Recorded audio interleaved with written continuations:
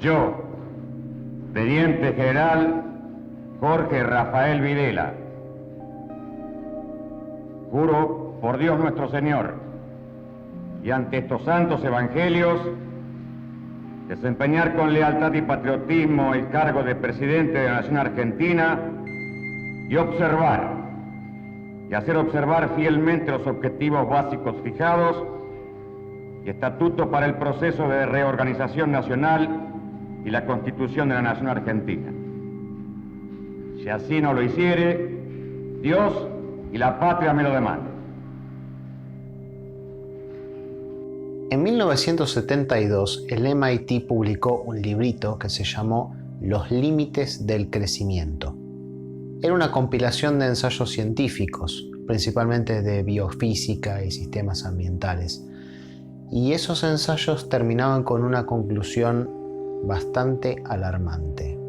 Si el actual incremento de la población mundial, la industrialización, la contaminación, la producción de alimentos y la explotación de los recursos naturales se mantiene sin variación, alcanzará los límites absolutos de crecimiento en la Tierra durante los próximos 100 años.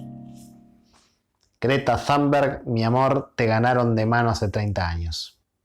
Cuando el informe llegó a la Argentina, los científicos de la Fundación Bariloche intentaron hacer un modelo matemático para resolver el problema usando los datos que proveía el informe a través de una de las computadoras que tenían en aquella época. Y la solución que dio la computadora fue simple. La catástrofe era evitable, pero aplicando cambios socioeconómicos que tendiesen a una redistribución de la riqueza y a un límite en el derroche de los recursos naturales. Y ese resultado sencillamente era inaceptable, porque eso era el comunismo.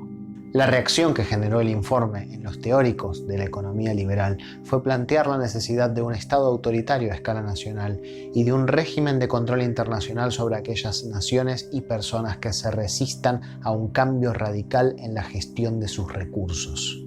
Según ese punto de vista, las crisis, las hambrunas, las enfermedades y la pobreza dejaban de ser cuestiones a resolver y pasaban a ser situaciones a administrar. El rol del Estado ya no era velar por el bienestar de la población, sino asegurar la supervivencia de los más aptos. El objetivo pasó de ser una cuestión de calidad a ser una cuestión de cantidad. Había que reducir la población. Y uno de los adherentes teóricos a este plan fue el licenciado en Economía y miembro de una de las familias estancieras históricas de nuestro país, José Alfredo Martínez de Hoz, quien fue nombrado ministro de Economía en 1976. Agárrense.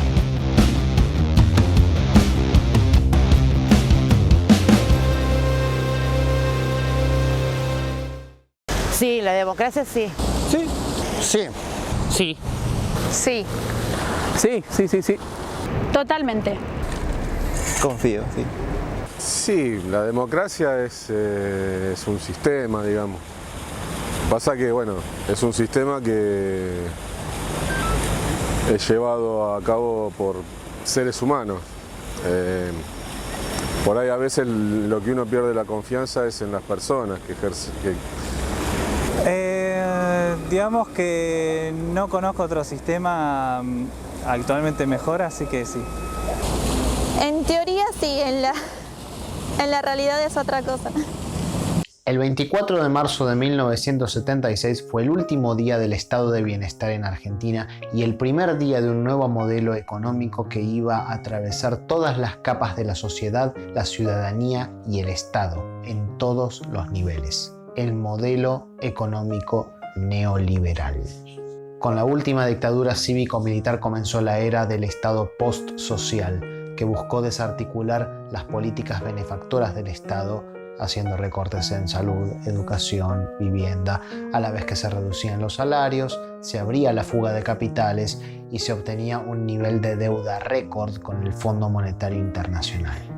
El plan era ofrecer unas condiciones virtuales de crecimiento para que las élites más acomodadas pudiesen concentrar el poder económico en pocas manos a través de mecanismos financieros, a la vez que hundían definitivamente a todo aquel que se quedase afuera en un sistema que estaba diseñado para excluir, cada vez a más personas.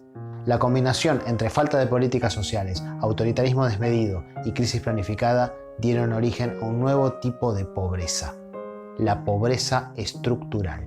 La diferencia entre la pobreza estructural y la pobreza previa al neoliberalismo es que el pobre estructural está condenado no solo a ser pobre durante toda su vida, sino a que su descendencia también sea pobre en un contexto diseñado para limitar al máximo el acceso a condiciones básicas de dignidad humana.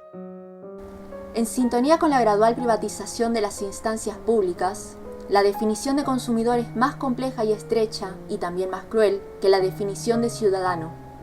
Un gran porcentaje de los habitantes de los estados nacionales se sacrifican en esa mutación, condenados a quedar fuera de los nuevos modos de subjetivación. Son los excluidos del mercado global, con el acceso denegado a los seductores prodigios de la tecnología fáustica. Lejos de solucionar este problema, la sociedad contemporánea no solo tendrá que enfrentarse con la disipación de las fronteras, sino también con las explosiones de villas miseria y guetos.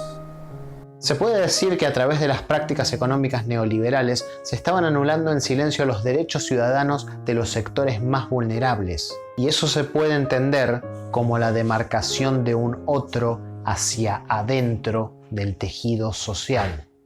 Y todavía no hablamos de terrorismo de Estado. Los que enarbolaron sus rojos pendones, los que burlaron a la democracia y la usaron solapadamente para entregar los pueblos al marxismo internacional. Los personeros de esa ideología hablan y generan la violencia y la muerte. Retorna a Buenos Aires el expresidente Perón. Lo reciben los partidarios de su causa. Y hay elecciones.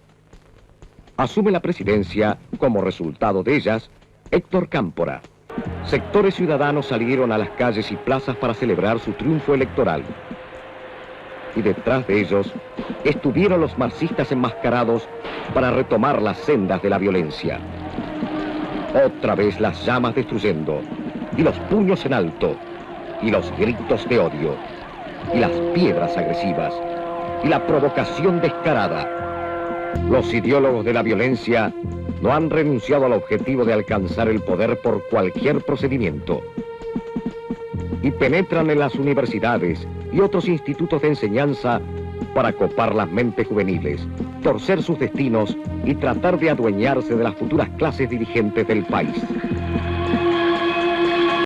Me dice, pero que yo soy una nena, ¿qué es lo que estoy haciendo ahí?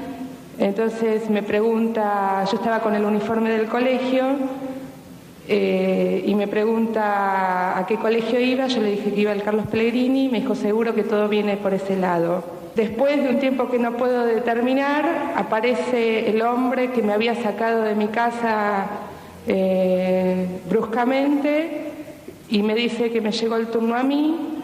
Entonces me lleva a la habitación esa donde había estado yo en un primer momento de las paredes de telgopor que puedo reconocer después. Me desnuda, me ata la camilla y me aplica picana.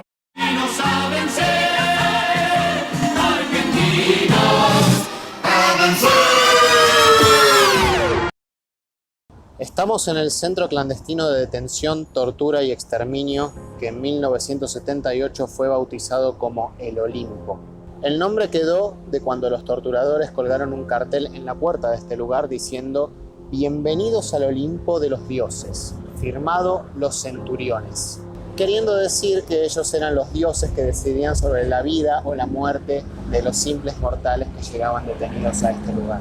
Entre 1976 y 1983 existieron más de 700 lugares como este a lo largo y ancho del país. Y muchos más en todos los países latinoamericanos que estaban bajo la órbita de la Doctrina de Seguridad Nacional, impulsada por el gobierno de los Estados Unidos, y el Plan Cóndor, impulsado por la CIA.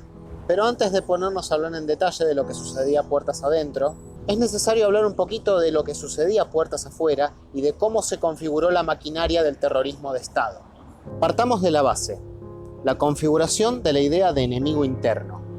Como habíamos dicho en las partes anteriores, la identidad argentina se construyó en base a la idea de un otro abstracto. En un principio fue el bárbaro incivilizado, terminando esto con la conquista del desierto y el exterminio de más de un tercio de la población originaria de la Patagonia. Después fue el extranjero inadaptado, que logró su pico máximo de paranoia con la Semana Trágica. Con el peronismo fue el pueblo versus la oligarquía, los dos conceptos más usados y menos definidos de toda nuestra historia política. Pero durante el proceso de reorganización nacional, la cosa adquirió otro matiz. La idea del terror rojo ya estaba presente en la sociedad, y ya habíamos hablado de eso.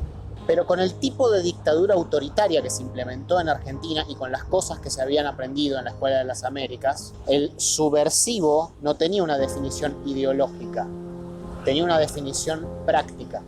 El subversivo era todo aquel que no obedeciera a la nueva autoridad. Y así, a la vez que hacían desaparecer la subversión armada de la guerrilla, también hacían desaparecer la subversión civil. Periodistas e intelectuales críticos, gente que se quejaba de las medidas, gente que se resistía a hacer negocios con los militares o con sus socios, gente que era familiar, amigo o conocido de otros desaparecidos, o simplemente gente que se olvidaba el documento en su casa al salir a la calle. Hay también registros de persecuciones sistemáticas y desapariciones de trabajadoras sexuales y personas trans por grupos de tareas de corte nacionalista católico, sobre todo en la provincia de Mendoza, por considerarlas peligrosas para la moral. En la guerra ideológica, a diferencia de la clásica, en la que el enfrentamiento era por el control de territorios, el terreno guarda cierto interés táctico, pero el hombre es el objetivo y el instrumento de la lucha. Consecuentemente, no hay frente que separe a los dos adversarios cuya interpenetración es íntima. Así es que se puede decir que el terrorismo de Estado fue la herramienta de legitimación de todas aquellas medidas económicas y sociales que adoptó la dictadura. El terror fue la forma de arrancar obediencia al conjunto de la sociedad. Y bien se sabe que toda autoridad que consiga arrancar obediencia es reconocida como legítima. El impacto cultural que tuvo la construcción de esa obediencia fue la colaboración forzada de la ciudadanía. La construcción del enemigo interno como el subversivo, el que no respeta la autoridad, se legitimó también mediante el terror. Siendo tan arbitrario el criterio de selección de la dictadura, al punto que parecía que uno podía desaparecer en cualquier momento, si alguno sospechaba estar vinculado de alguna forma a algún elemento subversivo, entonces solamente podía hacer una cosa para asegurarse de estar a salvo. Tenía que denunciar. ¿Sabe usted dónde están sus hijos? ¿Sabe lo que miran en YouTube? Así el tejido social se resquebrajó, a base de traiciones nacidas del miedo y la desconfianza. El nuevo sujeto ciudadano legitimado en la sociedad era el que probaba ser enemigo del enemigo. La masa es entonces un tejido social cuyos hilos libidinales procuran armonía y cohesión. El odio, desde esta perspectiva, se entendería como un cambio en la polaridad de las fuerzas amorosas. Así, lo que funciona al interior de la masa como cohesión, identidad, respeto y armonía, se proyectará hacia afuera de ella como hostilidad y violencia, hincada en ese aparente abismo humano. Freud, a propósito, lo llamó el narcisismo de las pequeñas diferencias. Habiendo ya aclarado los fines y los efectos del terrorismo de Estado de la última dictadura, es que podemos empezar a hablar del marco institucional. Vayamos por partes. ¿Qué es el Estado de Derecho? El Estado de Derecho se puede resumir como el sometimiento del Estado a su propia ley, regulado a través de organismos que son modificables por la acción popular y que va en acuerdo con los derechos fundamentales de la ciudadanía. El Estado de Derecho tiene 4 características generales. La primera es el imperio de la ley, que rige tanto para los ciudadanos como para el Estado y es la expresión de la voluntad general. La segunda es la división e independencia de los poderes, ejecutivo, legislativo y judicial. La tercera es la fiscalización de la administración mediante los organismos constitucionales que tienen ese fin. Y la cuarta son los derechos y libertades, que son las garantías jurídicas civiles, procesales, penales y de todo tipo que hacen a la dignidad mínima ciudadana. Acá hace falta aclarar algo con respecto al derecho en sí, yendo a la fuente de la teoría del Estado. El derecho en cuanto a sistema jurídico lleva consigo la posibilidad de coacción-sanción, es decir, la capacidad de exigir el cumplimiento de sus normas o de imponer efectos y consecuencias en caso de incumplimiento, con el empleo de uno u otro tipo de fuerza física, material o incluso moral. El derecho implica uso de la fuerza y, a su vez, regulación del uso de la fuerza. Y también es necesario acá hacer una aclaración de lo que pasa con el Estado de Derecho cuando el Estado es el que viola su propia ley. El Estado, se señala, es el monopolio legítimo de la violencia. Para que sea tal legítimo, ha de tratarse, por lo tanto, de una fuerza, de una coacción, de una violencia de ese modo producida y regulada en el Estado de Derecho. El Estado no puede, no debe, de ningún modo, responder al delito con el delito, a la violación de la ley por el delincuente con la violación de la ley por el gobernante o sus representantes. Se convertiría así en un Estado delincuente. No puede ni debe cometer el gravísimo delito y el gravísimo error de combatir e intentar acabar con el terrorismo implantado por unas u otras bandas, mafias o asociaciones armadas, cayendo en un correlativo terrorismo de Estado, ejercido o ayudado ilegalmente por las legítimas instituciones. Si tal cosa hiciera, pondría en cuestión su propia legitimidad. Por acogerse a la razón de la fuerza, perdería la fuerza de la razón. Dicho con una frase simple, cuando uno mata a un asesino por fuera de lo que ampara el derecho, el número de asesinos sigue siendo el mismo. Si el Estado se organiza en torno a leyes que regulan su funcionamiento y garantizan la protección de sus ciudadanos, cuando el Estado rompe su propia ley, el Estado como institución pierde legitimidad. La fuerza se usa como argumento para usar la propia fuerza, y no hay argumento más allá de esa fuerza que sostenga esa estructura una vez que la represión deja de ser efectiva. Y esto no es solamente una cuestión de la teoría del Estado, también es una cuestión de la psicología de grupos. En 1964, José Bleger, el primero en dar cátedra de psicoanálisis en la Universidad de Buenos Aires, publicó un libro donde dedicó un apartado a la dinámica grupal que se tituló El grupo como institución y el grupo en las instituciones. Definamos lo que es un grupo para Bleger. Un grupo es un conjunto de personas que dejan sus individualidades al margen y que asumen en conjunto una doble identidad colectiva. La primera es una identidad grupal funcional, que va en torno a la realización de una tarea o un objetivo común, algo por lo que ponerse de acuerdo. La otra es la identidad grupal sincrética, que asume una porción de la identidad individual de la persona dentro del grupo y que va en relación a la pertenencia al grupo en sí. Esto, en cristiano, significa que hay una identidad grupal dada por una tarea común o un objetivo común y una identidad grupal que nace de la interrelación entre los miembros del grupo. ¿De acuerdo? De acuerdo. Pero, ¿esto no suena parecido a algo que ya habíamos hablado? ¿No le suena cuando hablamos del nacionalismo contractual y el nacionalismo esencialista? Bueno, es porque las naciones también son grupos. Son conjuntos de personas interrelacionadas que asumen una doble identidad contractual y esencialista. Y como pasa con los grupos de todo tipo, la pertenencia y la dependencia de cada uno de los miembros del grupo termina siendo de ese grupo una institución. Esta doble identidad grupal vive reafirmándose constantemente, tanto a través del cumplimiento de pautas y normas instituidas dentro del grupo, como a partir de cambios que generan un movimiento instituyente dentro de ese grupo. Y el primer encuentro con los cambios genera miedo. Cuando decimos en estos casos que el grupo reacciona con miedo a una experiencia nueva, a lo indeterminado o a lo desconocido, estamos diciendo una verdad mucho más amplia de la que nosotros mismos reconocemos, y que por lo tanto tampoco el grupo puede reconocer, sino solo los aspectos superficiales de esta afirmación. No es lo nuevo solamente lo que produce miedo, sino lo desconocido dentro de lo conocido. Recuérdese que esto es la esencia de lo siniestro, un Heimlich. Y allí radica la base para la construcción del enemigo en el plano de la guerra psicológica. El enemigo es aquel que nace del extrañamiento dentro de la lógica grupal de la patria. Y cuando ese extrañamiento se da hacia adentro del grupo nación, es que se puede hablar de que hay un enemigo interno.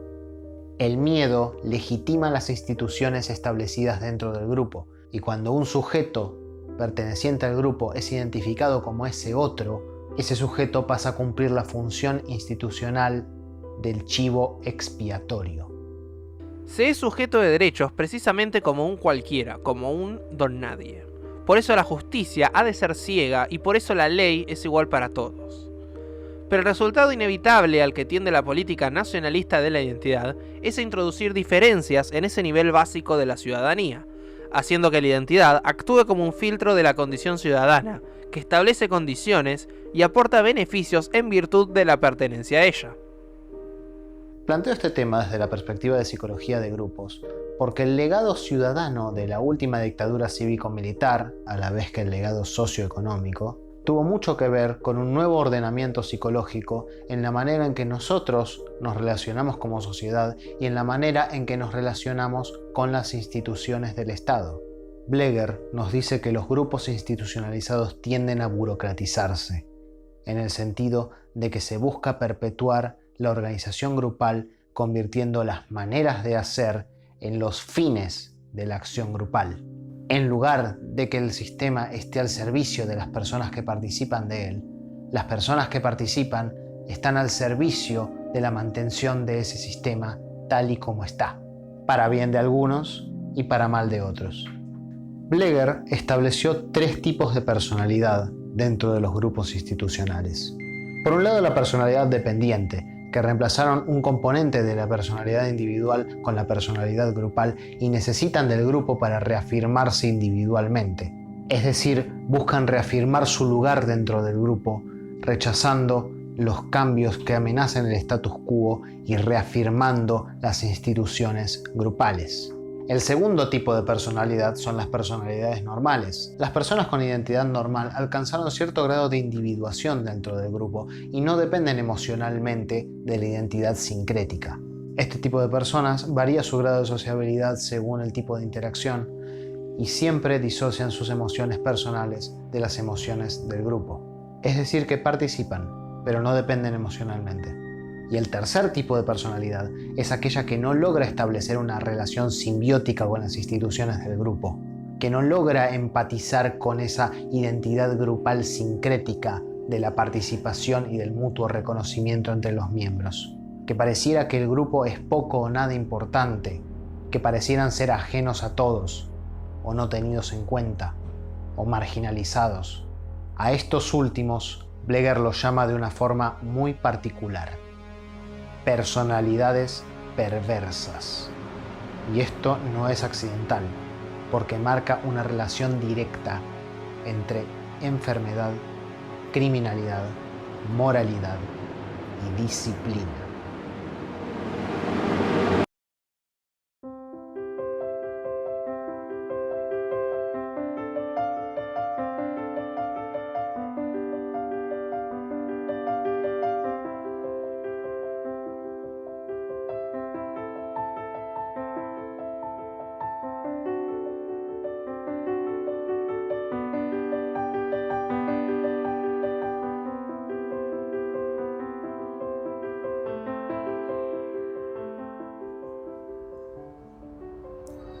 En un principio pensaba filmar esta parte frente al Olimpo, pero pensé que quizás hablar de esto en ese lugar iba a resultar un poco fuerte.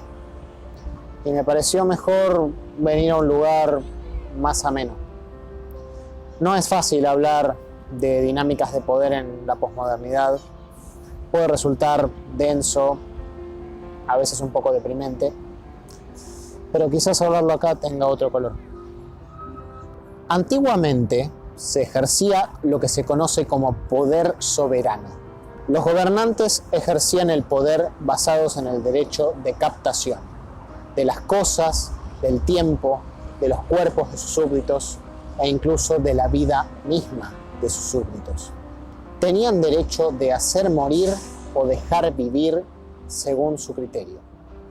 A partir de la Ilustración y de los primeros estados modernos, el paradigma de poder cambió. Comenzó lo que Michel Foucault llama la era del biopoder. El derecho de hacer morir o de dejar vivir fue reemplazado por el poder de hacer vivir o de rechazar hacia la muerte. Este poder se ejercía no tanto a través de la intervención directa, sino a través de las herramientas y las técnicas de poder que ofrece una sociedad disciplinaria.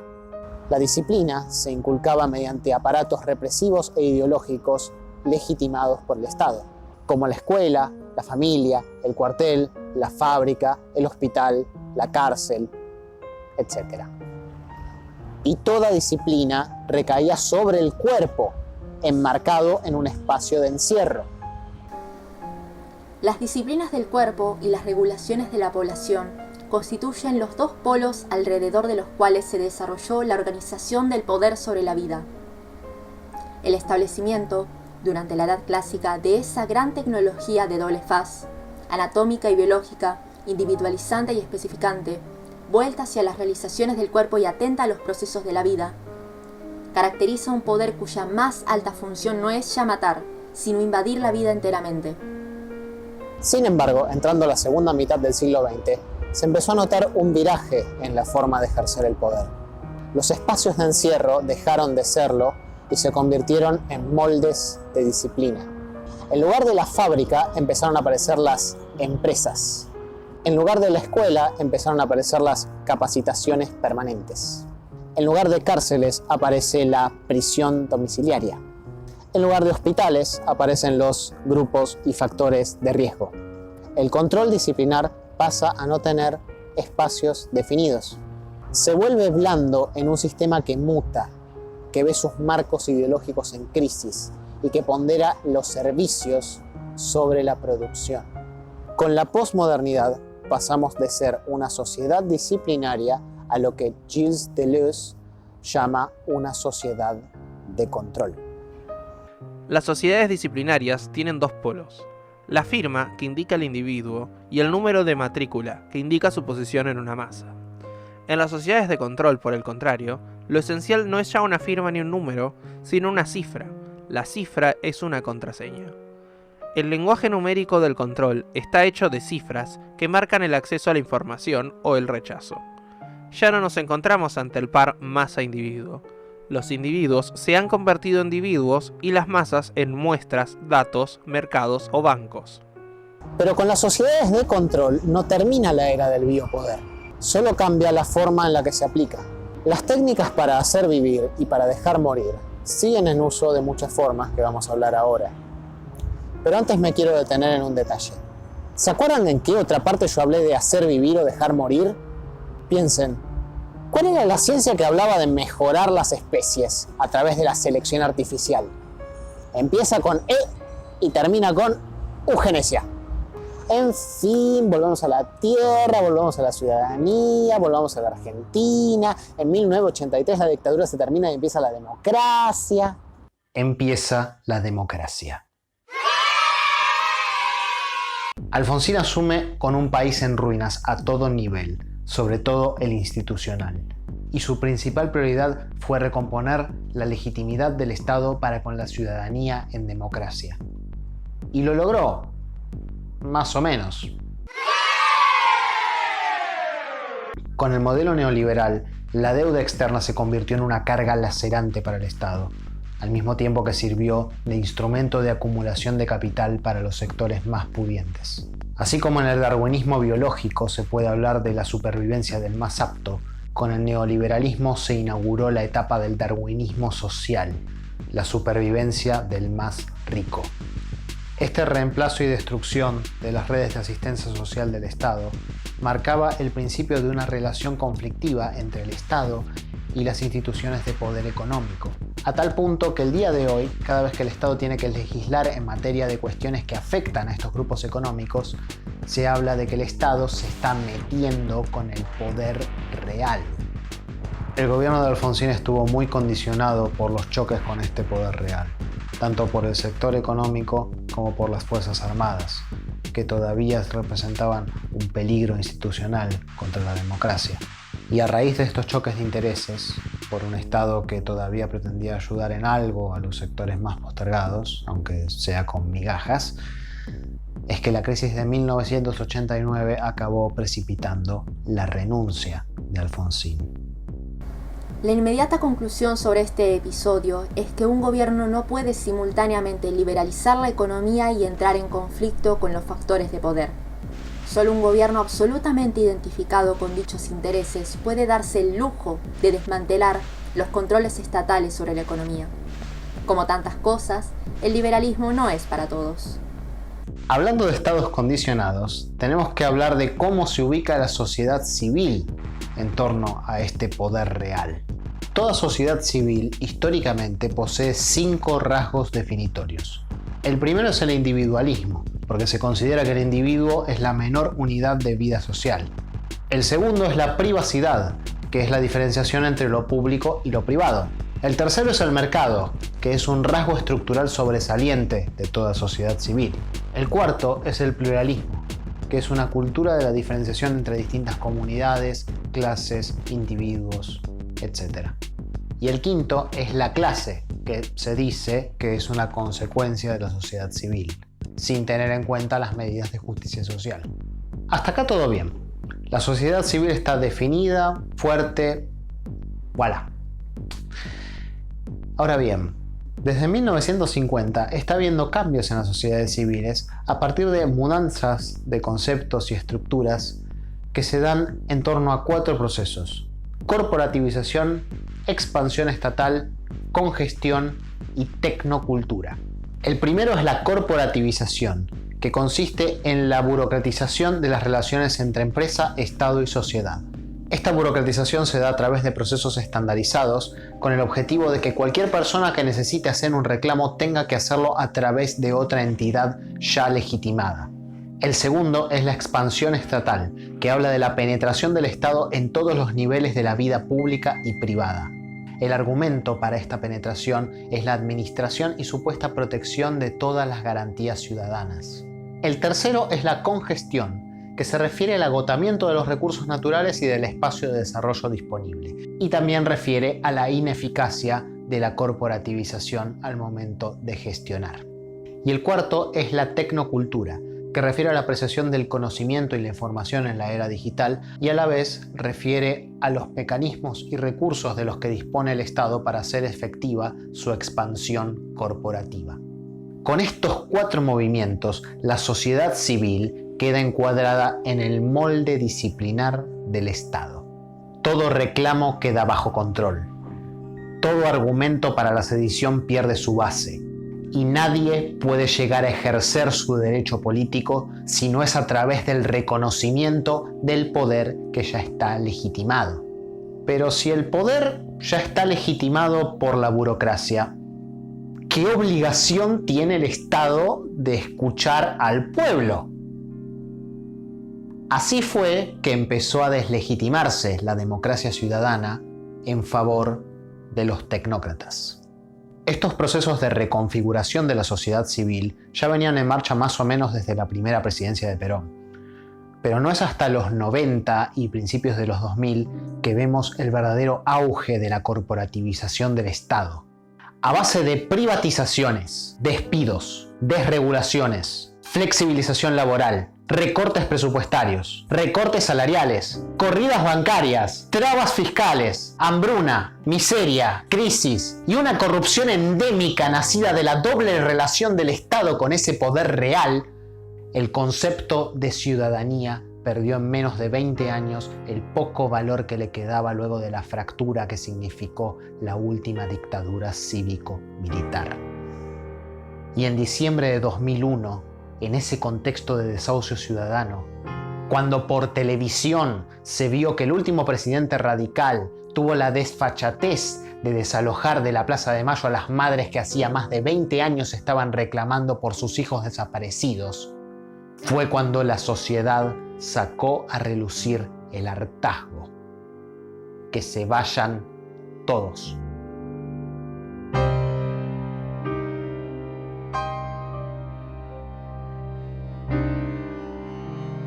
He decretado el estado de sitio en todo el territorio nacional.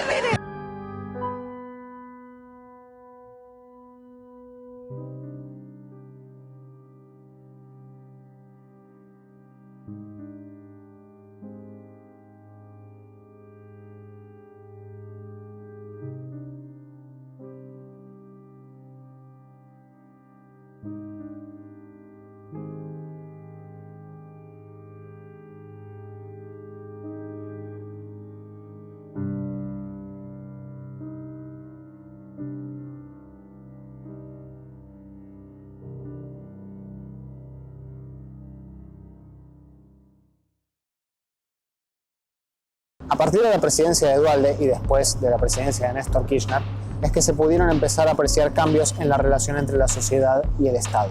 El alivio económico fue un gran paño frío para el conjunto de la sociedad, a la vez que lo fue el reconocimiento por parte del Estado de los crímenes cometidos por la última dictadura cívico-militar como de lesa humanidad. La política de derechos humanos llevada a cabo durante la era Kirchner fue un enorme aporte reivindicatorio sobre el rol del Estado en democracia, pero no configuró un cambio ciudadano en sí.